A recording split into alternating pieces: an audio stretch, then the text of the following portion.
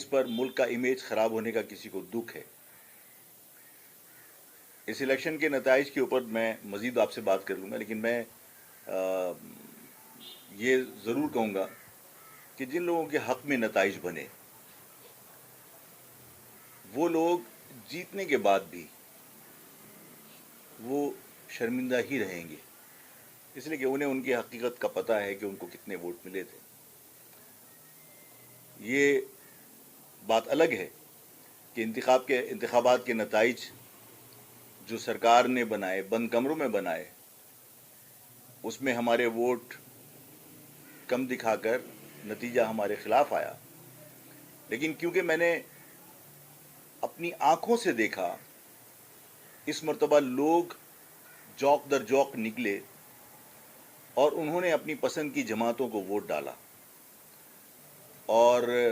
مہاجر قومی موومنٹ کی آئیڈیالوجی کو سپورٹ کرنے کے لیے جن جگہوں سے مہاجر قومی موومنٹ نے اپنے امیدوار کھڑے کیے تھے، وہاں پہ لوگوں نے مہاجر نظریے کو سپورٹ کی اور موم بتی کو ووٹ ڈالا، جس پر میں اپنے ووٹرز کا، اپنے ورکرز کا بہت ممنون ہوں. انہوں نے بہت محنت کی اور ووٹرز کا بہت شکر گزار ہوں کہ انہوں نے پاکستان کے اندر یہ ثابت کیا کہ مہاجر سیاست کو ختم کرنے کی جو کوششیں ہیں وہ کامیاب نہیں ہو سکتی مہاجر نظریے کو سپورٹ کر کے. میں ان کو خراج تحسین پیش کرتا ہوں اور ان کا شکریہ ادا کرتا ہوں آپ کے توسط سے. اس کے بعد میں آپ سے عرض کرنا چاہتا ہوں کہ جو کچھ بھی الیکشن کے نتائج نکلے ہیں، ان نتائج سے پاکستان کا امیج خراب ہوا ہے. یعنی آپ لانڈھی کی جو ماضی میں سیٹ تھی فیصل رفیع صاحب کی، میں نام کوٹ کرنا نہیں چاہتا، لیکن اور اس لیے نہیں کرنا چاہتا کہ میں نے اس ڈسکشن پر اجازت نہیں لی تھی، لیکن متحدہ قومی موومنٹ کے ایک مرکزی رہنما سے میری ملاقات کچھ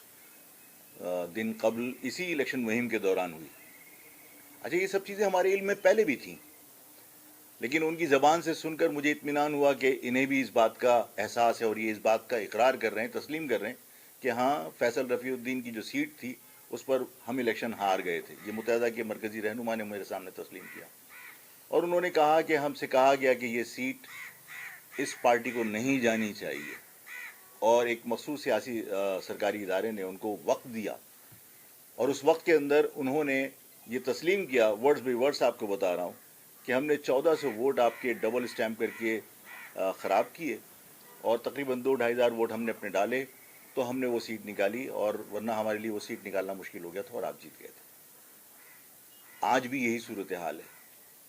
کہ مطلب یہ تمام حلقوں میں ہے. میں ایک حلقے کا بھی آپ کو کوٹ کر رہا ہوں صرف اس لیے کہ یہ بات سب لوگوں کی سمجھ میں آئے کہ نتائج کس بری طریقے سے تبدیل کیے گئے اور کس بھونڈے طریقے سے تبدیل کیے گئے. یعنی یوں کہہ لیجئے کہ جو بھی لوگ فیصلہ کرنے والے ہیں وہ کھل کر سامنے آ گئے اور وہ کہتے ہیں کہ بھائی ٹھیک ہے، جو کر سکتے ہو کر لو، ہم نے جو کرنا تھا وہ کر دیا. مطلب اتنی ڈھٹائی کے ساتھ رزلٹس تبدیل ہوئے ہیں. جو صوبائی اسمبلی کی 2 نشستیں ہیں نیشنل اسمبلی کی سیٹ کے ساتھ، جو 233 لگتی ہے جو 233 ہے نا، 233 کے اوپر جو 2 پروونشل اسمبلی کی سیٹیں لگتی ہیں، اس پر جو متحدہ قومی موومنٹ کے ووٹ ہیں وہ 7,000 اور تقریباً 8,000 یا 8,000 سم تھنگ کچھ ووٹ ہیں، تو وہ ٹوٹل بنتے ہیں 15,000 سم تھنگ ووٹ. ان 15,000 ووٹ میں یعنی میں حیران ہوں کہ ان 15,000 ووٹ 2 صوبائی اسمبلی کی سیٹوں کے اوپر، اور یہی تقریباً ان کا نیشنل اسمبلی کا جو ٹوٹل ووٹ نکلا تھا. جو فارم 45 میرے پاس پڑے ہوئے ہیں جو صرف لانڈی کے پولنگ اسٹیشنز کے ہیں، اس میں 31-32 ہزار تو ٹوٹل ہمارے لانڈی کے جو پولنگ اسٹیشنز تھے اس کے اوپر ووٹ تھے. ان کے ٹوٹل ووٹ جو ہے وہ 17,000 بن رہے تھے نیشنل اسمبلی کے اندر، پروونشل اسمبلی کے دونوں سیٹوں پر. 1 لاکھ سے اوپر 1,55,000 کے قریب اس کے ووٹ لے کے چلے گئے اور پروونشل اسمبلی کی سیٹیں وہیں موجود ہیں. اس قسم کے بھونڈے طریقے سے الیکشن کے نتائج بنائے. پروونشل اسمبلی کی سیٹوں کے اوپر ان کی دلچسپی نہیں تھی. نیشنل اسمبلی کی سیٹیں ظاہر ہے کہ میں نے آپ سے کہا کہ اس شہر کا مینڈیٹ ہمیشہ سے چوری ہوتا رہا اور اس شہر کے اس بلک ووٹ کو ہمیشہ وفاق کی لگامیں ہلانے کے لیے استعمال کیا جاتا رہا ہے، اور آج بھی اسی مقصد کے لیے ایک مخصوص جماعت کو جو ان کے تابع ہو، جو ان کی غلامی کر سکے،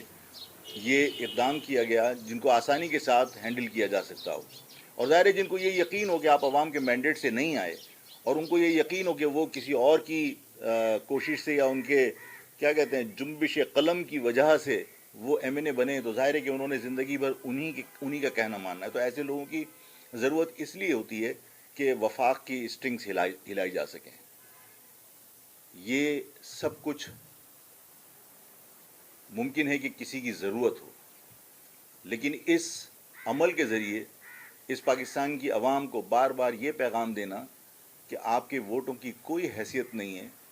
ایک سرکاری افسر جنبش قلم سے آپ کی تقدیر کے فیصلے کر سکتا ہے. یہ اس ملک کی عوام کی تضحیک ہے، اس آئین کا تمسخر اڑانے کے مترادف ہے جس کے اوپر تمام سیاسی جماعتوں نے 1973 کے اندر دستخط کیے تھے، جس میں عوام کو یہ اختیار دیا تھا کہ آپ اپنے ووٹوں سے اپنے نمائندے منتخب کر سکتے ہیں. جب ہمارے طاقتور لوگ اس پاکستان کے آئین کو اس طرح بے توقیر کریں گے، جب اس طرح اس کا تمسخر اڑائیں گے، تو اس پاکستان کے اندر، پاکستان کے عوام کے اندر جو احساس پیدا ہو رہا ہے، احساس محرومی، احساس عدم شراکت، یہ سب چیزیں ملک کے خلاف ہیں. مجھے یہ کہنے میں کوئی عار نہیں ہے کہ یہ کراچی بظاہر پاکستان کی طرح ایک آزاد علاقہ تصور کیا جاتا ہے، اور ہے آزاد علاقہ، پاکستان کا علاقہ ہے، پاکستان کا شہر ہے، لیکن یہ پاکستان کا شہر کچھ غیر مرئی قوتوں کے ہاتھوں میں قید ہے. اور آج کی اس پریس کانفرنس کا مقصد یہ ہے کہ میں آپ کے سامنے آپ کے توسط سے حکومت، عدلیہ اور مقتدر حلقوں سے یہ درخواست کروں کہ کراچی کو رہا کر دو. میں کیونکہ اس کی قانونی کارروائی کے لیے ان کو باور مرزا صاحب کو میں نے ایڈوکیٹ کو نامنیٹ کیا ہے. تمام 45 یہ کلیکٹ کر رہے ہیں، جو فارم 45 ہم کلیکٹ کر رہے ہیں. کیونکہ میں بدقسمتی سے میرا گھر وہاں تھا، بدقسمتی سے کیا خوش قسمتی سے کہ میں لانڈی کا رہائشی ہوں، کہ میں وہاں تھا، تو میں نے وہاں پہ جو فارم 45 کلیکٹ کیے تھے، تو وہاں 31-32 ہزار ووٹ صرف لانڈی کے جو پولنگ اسٹیشنز تھے وہاں کے تھے. کورنگی کے ہم کلیکٹ نہیں کر سکے تھے، اور کورنگی کے جو باور مرزا صاحب کی ڈیوٹی ہے وہ ساری جگہ کے کلیکٹ کر رہے ہیں. تو وہ کلیکٹیولی جو بھی ٹوٹل بنے گا وہ ہم آپ کو بتا دیں گے.